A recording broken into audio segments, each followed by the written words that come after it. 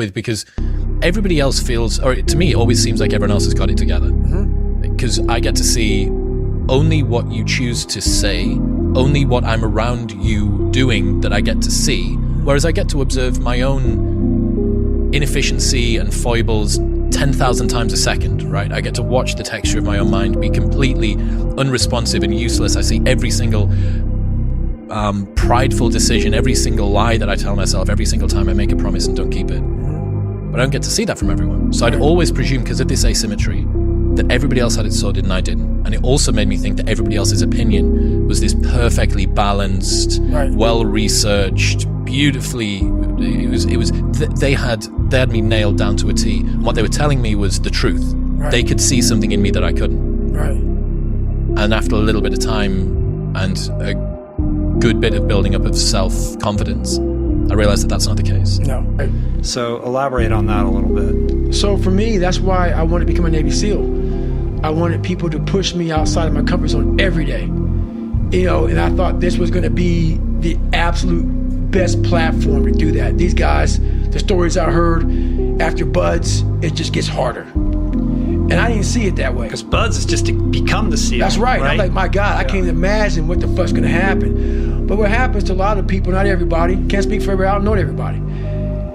BUD/S breaks people down to the point where you don't want to be broken down again like that. To me, that was exactly the exact starting point for my journey in life. That was the starting point for me. For a lot of people, it's the finish line. And I didn't see it that way for me. So that's where I started becoming uncommon amongst uncommon people, is where I started realizing that you put people on a pedestal that you shouldn't. That you got to get in there yourself and examine people. See what's really about yourself. So once I got in there and realized, hey, these are just normal people. Yeah, they're a lot better than some. They're able to get through. I know a lot of people who can get through Navy SEAL training. But, you know, there's a lot of mystique behind all that stuff. And as you start to go through and you start to break it open a little bit, you know, a lot of hard guys, but, you know, I wanted more. I wanted more. And this is your strength.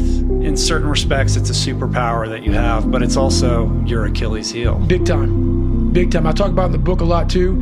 One thing that hurt me a lot was I thought everybody wanted the same thing I wanted. Not everybody wants the same thing you fucking want. Everybody wants to get up at 4 o'clock in the morning and beat themselves and find more about themselves and shit like that. And I thought the SEALs did. Most people don't. Yeah. And I thought the SEALs did. I thought that's what, you know, because every book you read, that's what everybody does. So I was hook, line, and sinker. So that mentality that I had, it kind of put a bad taste in my mouth, you know, once I realized that not everybody was like this in the community. Up self-esteem and confidence and stuff. And there's this quote from one of my friends, Alex Hormozy, that says, "You don't become confident by shouting affirmations in the mirror, but by having a stack of undeniable proof that you are who you say you are. Outwork your self-doubt."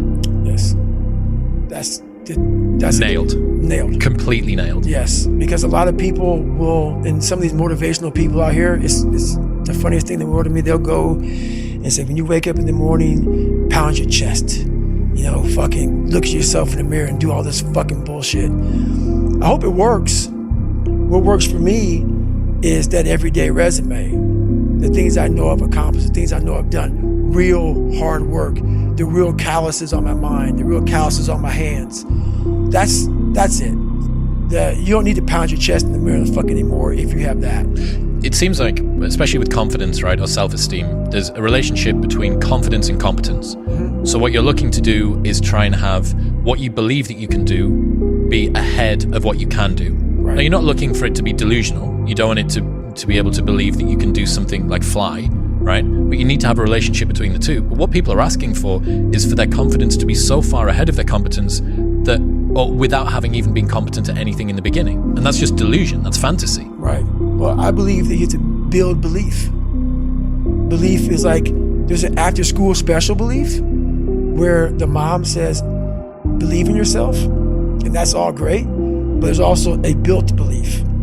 And the built belief is one where you are constantly, like for me, I came from a bad place. How I build belief is through the daunting tasks I put myself through. So that's proof positive that I can.